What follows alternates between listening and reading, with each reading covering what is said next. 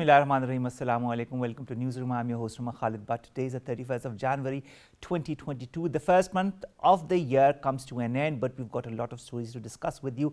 Our first segment, ladies and gentlemen, concerns Islamophobia and, of course, the statement that emanated from Justin Trudeau, the Canadian Prime Minister, that has been hailed across the world, including by Pakistan and our Prime Minister Imran Khan Sahab, who welcomed in a tweet this, of course, message by the Canadian Premier saying that Trudeau's plan to appoint a special representative also is quite important with this contemporary scourge. He also stressed upon the need for international efforts and cooperation to counter this increasing menace of Islamophobia.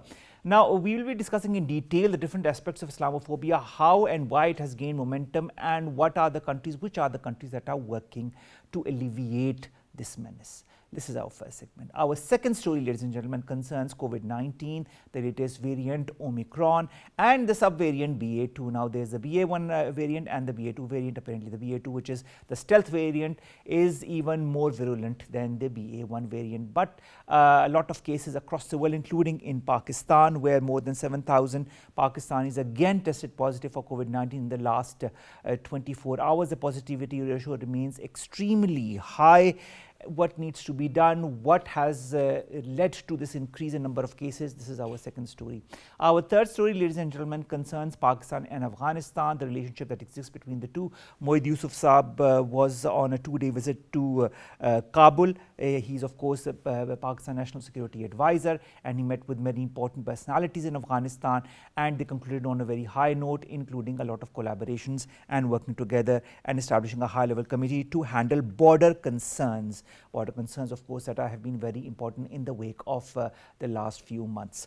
And finally, we'll be talking about Bhutan and COVID-19. Although on one hand it has been extremely successful in preventing the spread of COVID-19, nevertheless there has been a patient's death, which is the kingdom's fourth death, which is quite surprising for a country that there haven't been as much cases or as many deaths.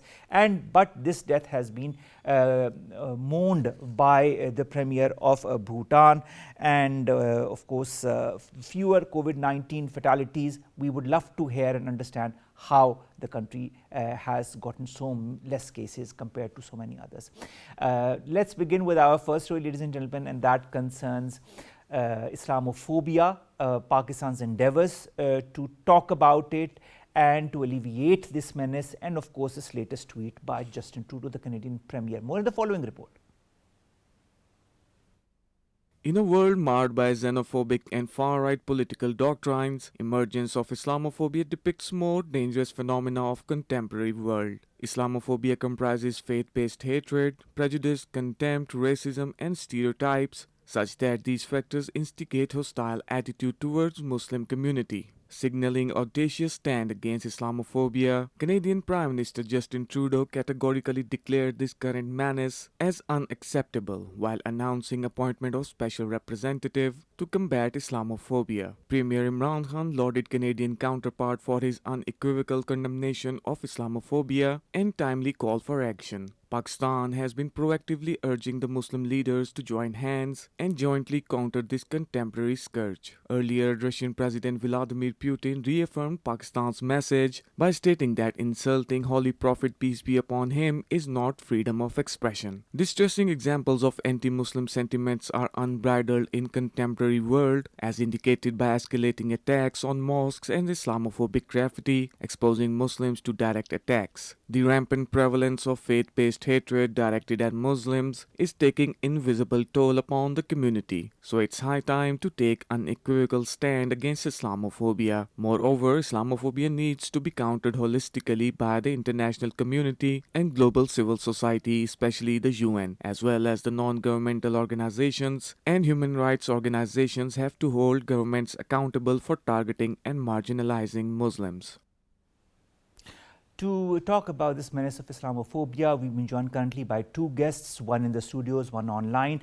In the studios, we've gotten Professor Dr. Muhammad Aslam Khaki Sahab. He's an advocate and Islamic scholar, and you teach as well. Thank you very much, Dr. Sahab, to have joined us in the studios. Thank you for in online, of course, we've been joined by Mufti Imran Santoro Sahab. He's a religious scholar. Imran, thank you very much to have joined us online to talk about this very important topic, that is Islamophobia. Let's begin with you, Khaki Sahab.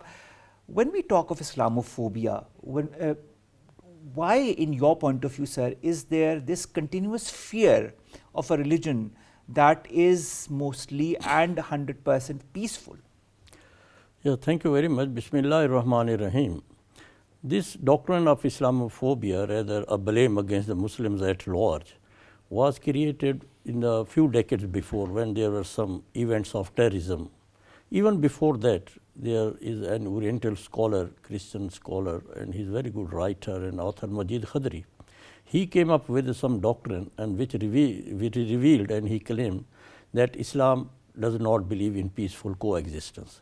From they came up, number one, and then the book of Huntington, Clash of Civilization, that also fueled this concept, this doctrine, because it was just before that was 9/11 event. So some events, they were there and they were just unusual, but they were fueled by our enemy countries, like I would clearly say India, because they wanted to just blame Muslim and Muslim world, and the other Orientalist, they came up with this doctrine and they fueled it in many perspectives. But to whose benefit does this Islamophobia go to? I mean, who benefits from it all? Benefits, naturally, the people who are against the Islamic movements or Muslims at large, their benefits may be economic and political more than the religious. So this is, and then the counterblast comes here, that basic concept which was also given by the Kofi Annan, that terrorism has no link with the religion or with the region. It's a universal. And he also quoted at that time when the people were just very furious against the Muslims after 9/11. Naturally, they were in the mindset of that this has been created by the Muslims. And he gave this, that terrorism has no religion and region. He quoted many examples in which the Christian and the non-Muslim terrorists, they violated the peace of the world. But he said that that cannot be attributed to the Christianity or Judaism. So that he was tried to put. But now, of course, everything is being pinpointed towards a religion and towards a community that is of billions, and that is a deliberate attempt by certain sections of the world, by certain countries, or by certain elements to defame a religion that is one of the purest that we know of. Let's come to our online guest, Imran Santoro. Thank you very much to have joined us. Imran, peaceful coexistence and Islam, clash of civilizations. These are two very important points that I have discussed with, of course, Mr. Khaki. Do you feel that these 2 points hold a lot of importance as far as global politics is concerned, global philosophy is concerned, and do you feel that something can be made out of it, some good can come out of it through mutual understanding and, of course, interfaith harmony?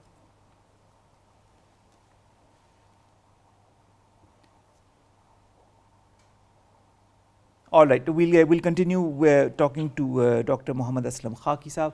Aslam Khaki Sahab, you've talked about, I'm going to phrase the same question, peaceful coexistence and, of course, clash of civilizations. When you look at Islamophobia, it does seem to me like a clash of civilizations.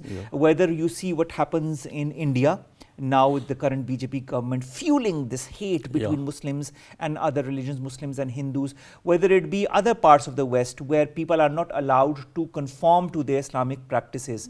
I mean, is this because of a lack of understanding? Is this because people do not want Islam to propagate, because it is very quickly propagating amongst the people of the world, because it propagates peace?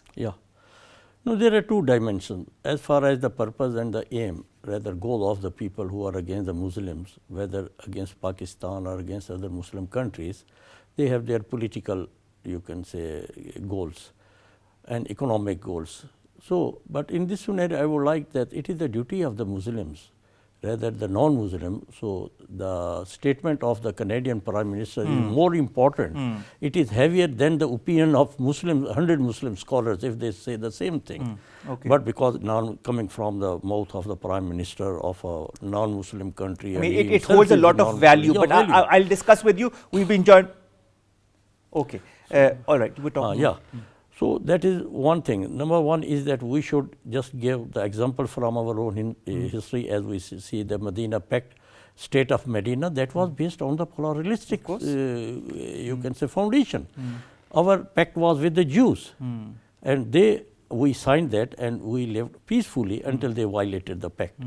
Number two, we see even in the Hudaybiyah Pact, that was also that we preferred peace, even at the cost of the terms which were against the Muslim. We accepted it.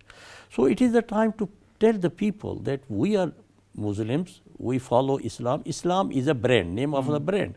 It has some characteristics, and the base is the peace. So the peace, even Quran says, فَإِن جَنَحُوا لِلسَّلْمِ فَاجْنَحْ لَهَا وَتَوَكَّلْ عَلَى اللَّهِ. Even during war, if the enemy resorts, even the war, enemy resorts to the peace and he surrenders, you should also surrender, not kill them. That is a very important point, and I'm going to take this point over with my next guest who's joined us online, Dr. Qibla Ayaz, Chairman, Council of Islamic Ideology. Dr. Saab, thank you very much to have joined us. Dr. Saab, Islam, that has always been a religion of peace, as of course detailed by Dr. Khaki Saab as well. And now being also tweeted by Canadian premiers or even the Russian premier some time back about Islamophobia and how the West and certain elements are propagating it.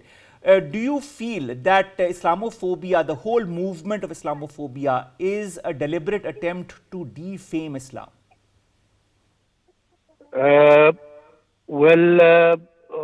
Indeed, Islamophobia has a history, and Islamophobia looms large in different parts of the world, like in India, in Myanmar, in some other parts of the world, and particularly in the West. So the dimensions are different, but as far as the present Islamophobia is concerned, this Islamophobia has two reasons.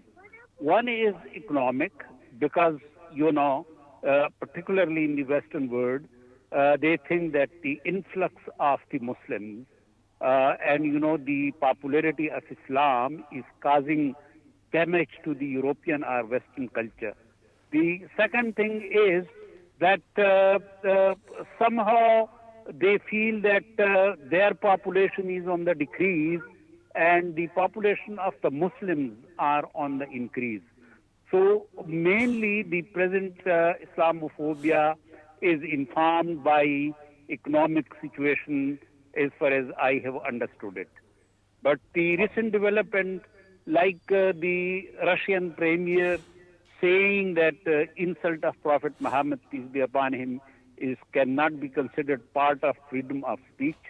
And the latest statement by Canadian Premier Trudeau is indeed a great welcome. And we hope that with this, the Islamophobia will definitely be on the decrease with the passage of time. All right, now let's detail a little bit about what the Canadian Premier said. He also has appointed a special representative to cope with this scourge, that is Islamophobia. Do you feel that now that such steps have been taken by a very important country in the West, that is Canada, do you feel the United States or maybe other European countries will follow suit, or do you feel this will remain concentrated in a certain part of the world, the efforts such as these to combat Islamophobia? In my opinion, it is a great step forward. Canada is a very important country, and Canada is part of the mind-making, policy-making, particularly in the American hemisphere.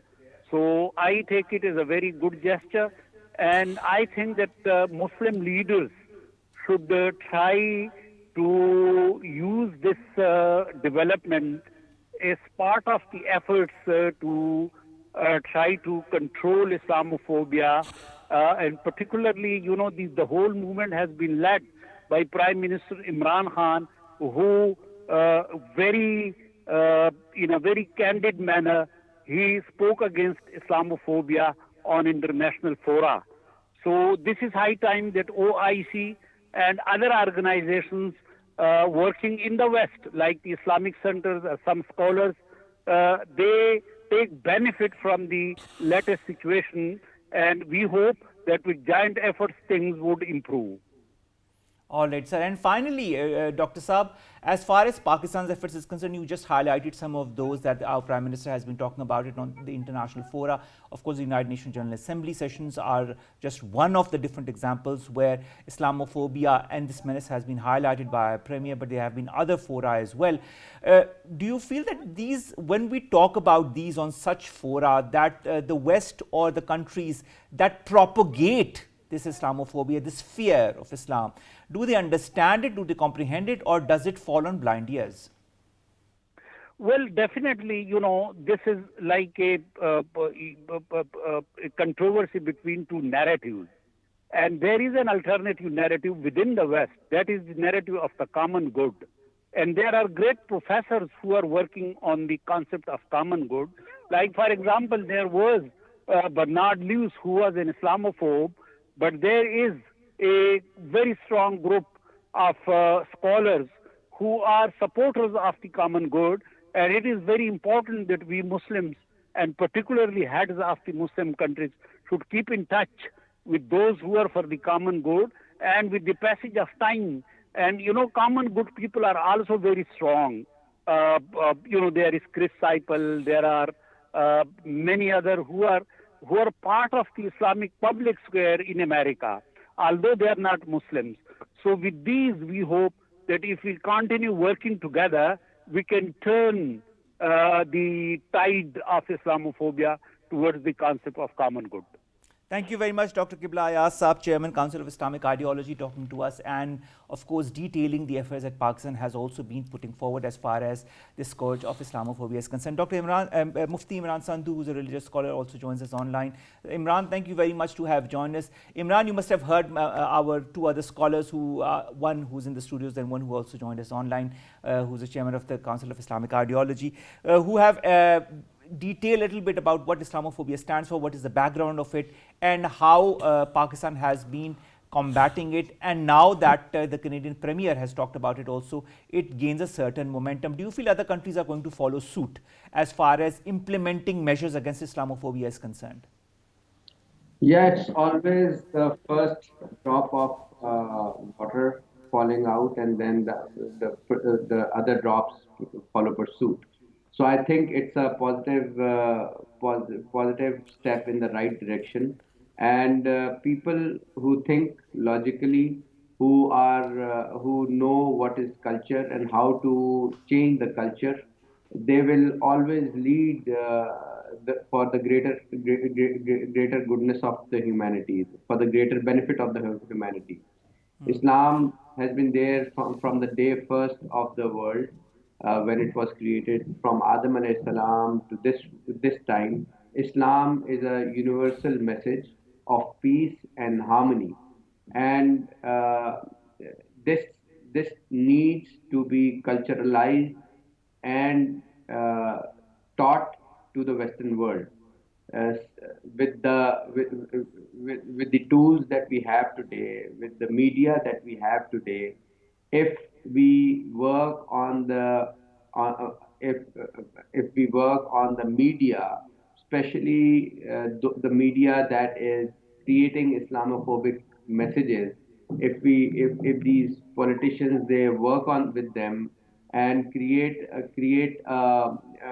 and not fight fire with fire, rather fighting fire with water, like pouring water. So this fire that is ignited by some of the media channels of the West, if we fight it by water, putting water, giving the right solutions, I think this is going to work, and it is going to work very effectively.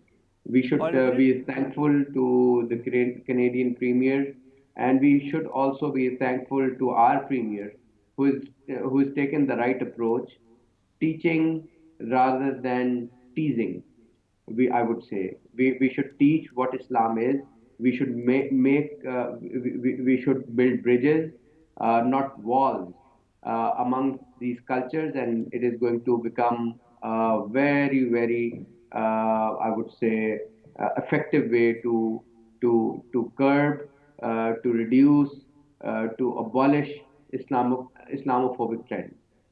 All right. Thank you very much, Imran Sandhu, to have joined us and to have talked to us about Islamophobia. We'll revert back to our guest in the studios, Professor Dr. Muhammad Aslam Khaki Saab. Aslam Khaki Saab, there's a very thin line that exists between different religions, and of course this is why there is a clash of civilization, a clash of religions, I would even add to that.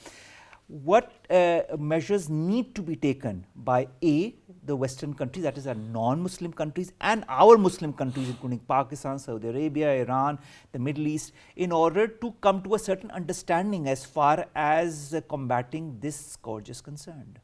Thank you. As far as the concept and these misconceptions are concerned, they are very much important.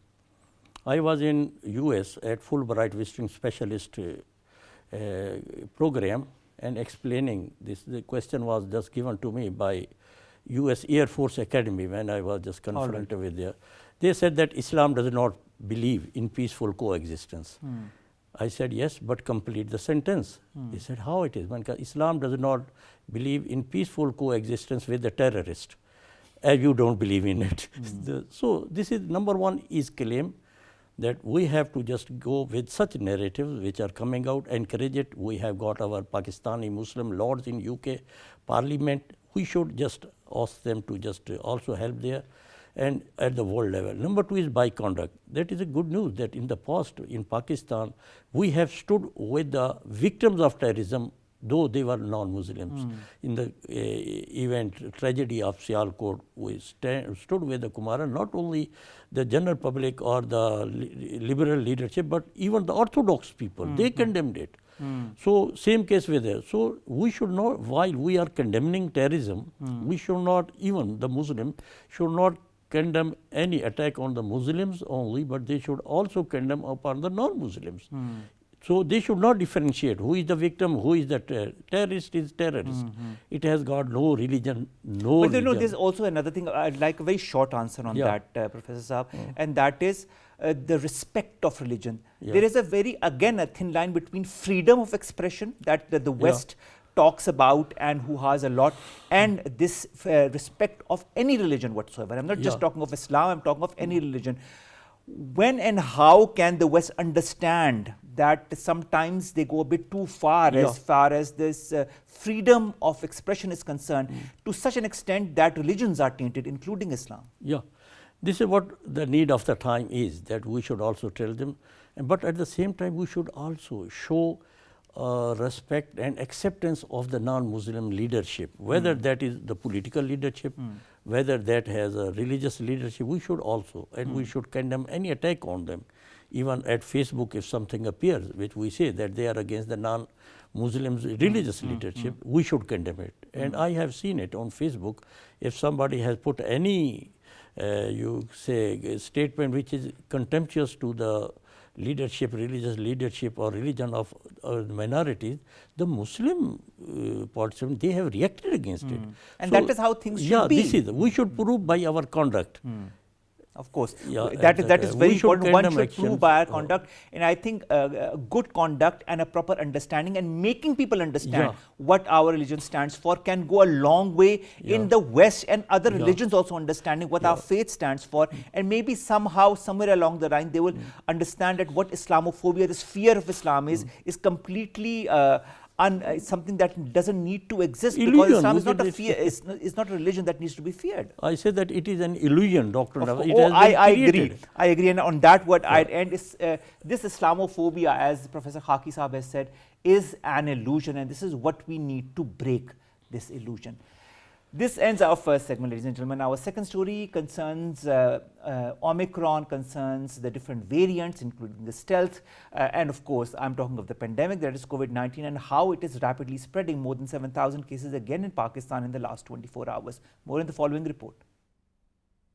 Despite witnessing relatively high infection rate amid the spread of Omicron variant, which appears to cause less severe disease but is highly transmissible, official political leaders in Spain, the United Kingdom, and elsewhere have stressed that societies need to learn to live with the virus. Countries including England and Ireland have drastically loosened restrictions on public life. However, officials from World Health Organization have warned that it is too early to treat COVID-19 as a seasonal flu, stressing that the evolution of the virus is uncertain, and noting that on a global scale the pandemic continues to rage. WHO officials stated that now is not the time to relax public health measures, such as curtailing mask wearing and physical distancing. WHO called on governments to strengthen those measures to bring the virus under better control and head off future waves of infections as new variants emerge. According to WHO, 21 million new coronavirus cases were reported globally last week, the highest number of weekly infections since the pandemic began, with 5.5 million deaths reported. Amid a sharp rise in COVID-19 cases across Pakistan, country's coronavirus positivity ratio still remained at 11.53% for the third straight day. According to latest NCOC data, Pakistan's COVID hospitalization rate has doubled in 45 days, with number of cases surpassing 1 lakh. Underlining the gravity of global pandemic situation, the NCOC has also extended coronavirus curbs, including non-pharmaceutical interventions in the country from January 31 till February 15.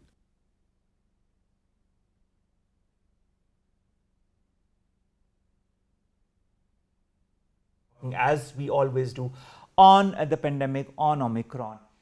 Number of cases increasing every day. 7,000 plus cases in Pakistan in the last 24 hours. Not the first time that it has happened, but of course it's a rapid increase. The positivity ratio is extremely high in many of the leading cities of Pakistan, and the current positivity ratio across Pakistan is also quite high. Do you feel this is a trend that is going to continue? Thank you very much, Umar Saab, for inviting in the program. Different cities are going to behave differently, and that's how it happens. Any pandemic virus comes to one city and behave there, gets to the peak, come down, and then in the other cities. So we cannot say that the whole country will have a peak on one single day or date. But as we have seen, the Karachi has already seen the peak, and the number of cases and positivity rates are declining for the last 1 week. But on the other hand, we are seeing that Peshawar number of cases and the positivity rates increasing. So in Islamabad, even though our cases are going up, but the question is how long more we have to wait to see the peak.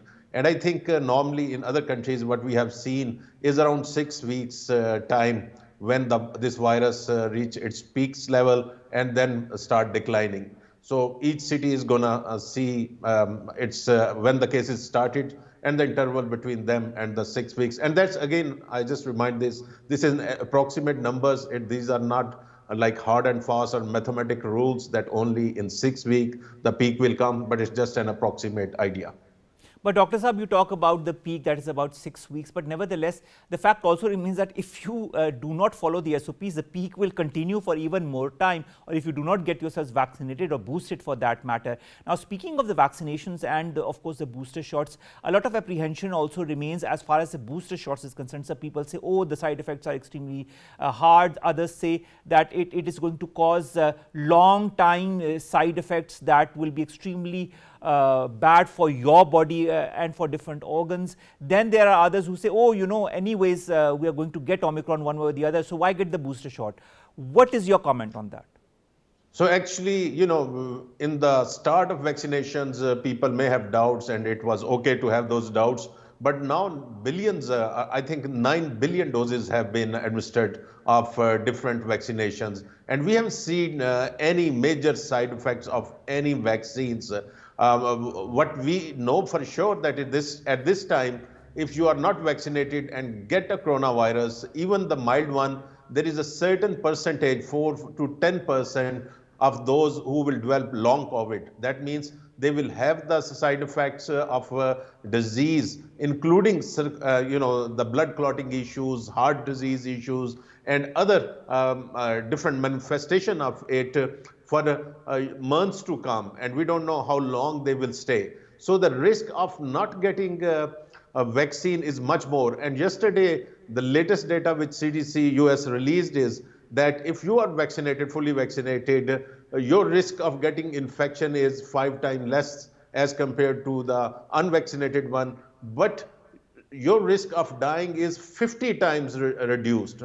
And when I read this, I was also surprised because until now it was 10 to 18 times the risk of dying. But this is like the first study which is actually saying that your protection level is so huge, even though your protection from a new infection or reinfection is not that great, but your risk of a serious disease and death is highly minimized. And then the other point that if I have to get coronavirus, on one hand, why should I not, why should I go for vaccination?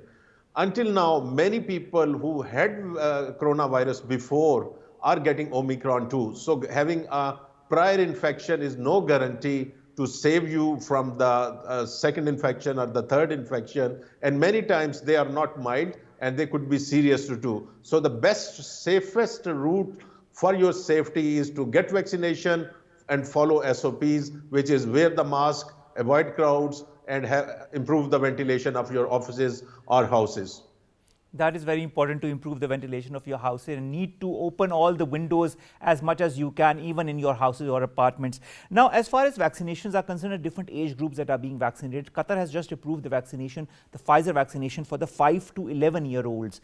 Do you feel other countries are going to follow suit? And do you feel at one time also this vaccination will become part of the vaccination of newborns as well? So so actually the vaccination is happening from 5 years onward in USA, and I believe in China I heard that they were even vaccinating up to 3 years of old. And so the age limit, and because this is due to safety of the vaccines. So until now, there is no issue with the safety of vaccines. So it is being given to the pregnant women and children also. Only the issue is prioritization. So that's why some countries are holding it for children, and they want to first vaccinate the most vulnerable groups, which are certainly the older group. Slowly, the vaccination age range is coming down across the globe. Do I consider it? I will consider it as part of normal routine immunization. I think we still have some time to figure that out, because until now, even the genetic mutations, what is happening in this virus, are not setting a set pattern. So we have to observe this virus for next few years to come up with good ideas about how continuous vaccination we need to do, or maybe we develop a vaccine which will be covering the whole of virus, including its mutating variants. So, but will that be possible, Dr. Rana Saab? Will that be possible that a vaccine be developed to cover all the variants? Because the way this virus is mutating, the way it loses its protein outdoor and changes again and again and again, do you feel there could be a vaccine that could control even future variants A and B? As far as the upcoming variants are concerned, do you feel we are going to have more virulent variants, or do you feel that the virulence is going to decrease with each passing variant?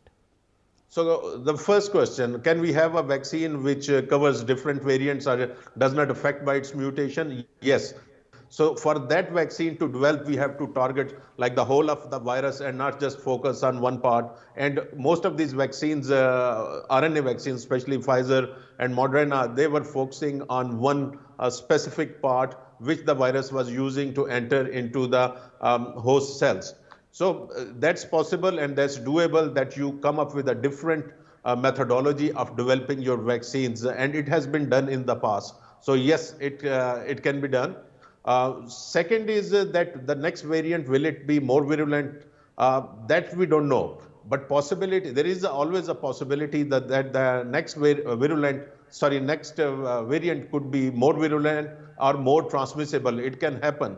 Many times they become less virulent, but there is no guarantee. The only guarantee we have, or only certainty we have, is to control the this widespread transmission of this virus by having a global effort to control the disease. Otherwise, as we have discussed this many times, rich countries cannot build a wall of vaccination at their borders and hope that their populations will be protected. Because if they don't help developing countries in vaccinating their population, controlling the disease there, eventually new variants will, come to those countries, the rich countries, and basically made their vaccinations less safe or less protective, which we have seen in the case of Omicron. All right. Dr. Saab, also some of the countries have reduced the isolation period to 5 days. Do you feel the same could be advisable for countries such as Pakistan or not for the moment? I would say not for the moment, because even in US they are going back on their when they reduce from 10 to 5 days. Now they have set up conditions that you need to have a negative test, you still need to wear mask and all those kind of things. So safest bet for us in Pakistani context is 10 days, which I think covers most of the infectious patients. There will be still some people who are infectious even after 10 days, but vast majority of cases are become non-infectious by that time period. The reason US did was that their number of cases were so high, including their doctors and healthcare staff were so infected, that if they insisted on 5 days home isolation, they would have a serious workforce problem, and many of their offices, including hospitals, would have stopped working. So that was more like an administrative issue, and coming up with the many worse choices, you pick a less problematic choice. It has nothing to do with the changing science at this moment. Dr. Saab, also coming back to Pakistan, we've talked about the high number of the positivity ratio, which is more than 30% in Peshawar, and the other positivity ratios are also quite high. If you come to Karachi, 21.79, Islamabad was around 14 to 17, Lahore is 14, Mirpur is 15, Rawalpindi is 12, Bahawalpur 10. What do you attribute these high percentages to? Are people A, not taking enough care? B, are they not getting vaccinated? Because of course we know that the vaccinations are being given to the people. Or is this Omicron the reason behind people getting COVID despite the fact that they've been vaccinated? The one thing is that test positivity rate is a rough indicator. I would say that it tells you a lot. So to understand more, you need to know how that city is testing, whom it testing, and what was the whole methodology in which they did those tests to make a connection with the disease severity or disease spread with the test positivity. But because this is the only indicator we have, I would say that the reason we have most cases is total disregard of SOPs at every level. And I will not just blame people. The leaders are doing the same. Opinion leaders are doing the same. So you see those public meetings of whatever reason they may be happening, and I hardly find anyone who is wearing a mask.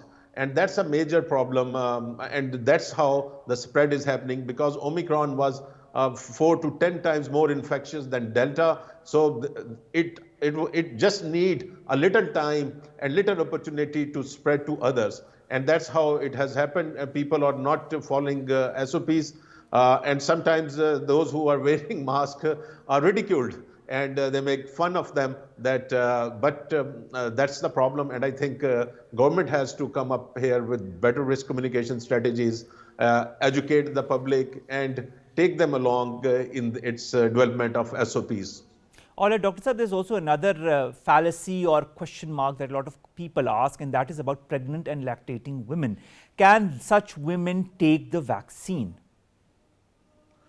And definitely yes. All lactating and pregnant women can take the vaccines, and they are safe. And that's the recommendation of World Health Organization, US CDC. And the reason we are recommending, and normally we do not recommend any medicine unless it is absolute necessary to pregnant women or lactating women, is the reason is that risk of not vaccinated and getting coronavirus infection for a pregnant lady is much bigger than any perceived side effects of the vaccines. So your risk, if you are a pregnant lady and you get a coronavirus, your chances of dying is much more, your chances of severe disease is more, and your chances of then, because of the medical complications, your baby could be harmed because of this your serious disease. So these consequences are much bigger as compared to whatever the perceived risks of COVID-19, vaccinations are. So that's why all health organizations universally are telling especially pregnant women to get vaccinated as soon as possible. Also, the lactating women need nothing to fear as far as vaccination is concerned, that they will transmit something to their newborns. So if we are recommending it for pregnant women and children, that means the vaccines are very safe and can be given to lactating women too. All right, thank you. What about the NCOC and the extension of the curbs till the 15th of February? There are different curbs, complete ban on all type of indoor events where the positivity ratio is more than 10%. And now there's a whole list of areas where the positivity ratio is more than 10%. Also, outdoor events will be restricted to 300 fully vaccinated persons. Compulsory for vaccination made compulsory for students above 12 years of age, 52%. Of course, that was also said that eligible population has been vaccinated against the infectious disease. Do you feel the curbs that have been put and have been extended by the NCOC will pave the way to reduce the positivity ratio across Pakistan? So all the devil is in details. So if NCOC can get those recommendations implemented in the country, only then they can dent the whatever our infection rates are going or the cases trajectory is going. And that's the whole problem is. The NCOC's decisions previously were not implemented fully across the country, and that's the challenge. And I think NCOC need to focus on key primary issues and then ensure that they are implemented fully at the all level in the government. And actually, I would say that instead of blanket, restrictions, we have to come up with fine-tuned restrictions. That means if a school is fully vaccinated, including children, and they have a good ventilation there in their buildings, and they are wearing masks, they can be allowed to, study. Similarly, 60-70% of our schools, rural schools, have a lot of open spaces. So the classes in the winter especially can be arranged outside instead of the classroom. And so then, there will be very little chance of transmission. Also, the religious congregations, Dr. Saab, like the prayers, the huge prayers should be held outside in good ventilated areas instead of under in mosque where it's quite restricted. Definitely, and many big mosques has their big verandas, and I think the government on administrative level should work with schools and the mosques and provide them open spaces for those certain time period when they need more time. And remember this, we just need to do it for a couple of weeks, and when the natural cycle of the cases will come down, we will still again have few months probably where we can do our routine activities, not routine activities, but as close to normal as we could. So for this, I think government and the stakeholders need to work together and come up with a way in which our population does not get the disease at the level which US or UK population got. Or even India, India for that matter. Thank you very much, Dr. Rana Jawad Asghar Saab, to have joined us. He is, of course, a leading epidemiologist. And we were talking about Omicron. Prudence is the key word here. Prudence, and taking care following the SOPs. Let's come to our last two stories very quickly. The first, of course, Pakistan, Afghanistan to set up a high-level committee to address border issues. We've had border issues in the past. There have been certain skirmishes on the border as well. And Moeed Yusuf Saab, who's a national security advisor, was in Afghanistan, in Kabul, on a 2-day official visit, where he, of course, talked to many important personalities. The purpose of his visit was to discuss with the Afghan leadership the country's humanitarian situation and, of course, Pakistan's recommendations to deepen economic participation to help Afghanistan overcome its existing challenges. The delegation from the Pakistani side included a special envoy for Afghanistan, Ambassador Mohammad Sadiq, also, as well as senior officials from key ministries. People who they met in Afghanistan included the Deputy Prime Minister Mullah Abdul Salam Hanafi and Acting Foreign Minister Mullah Amir Khan Muttaqi during the 2-day visit to discuss the current situation in Afghanistan. And of course, to bridge contacts, Pakistan is a very important friend and a neighbor to Afghanistan Afghanistan, and so all kinds of issues that pertain to both countries need to be discussed, and that was why Moeed Yusuf Saab was in Kabul on a 2-day official visit. And finally, ladies and gentlemen, we will end with Bhutan, and we will end on COVID-19 as well.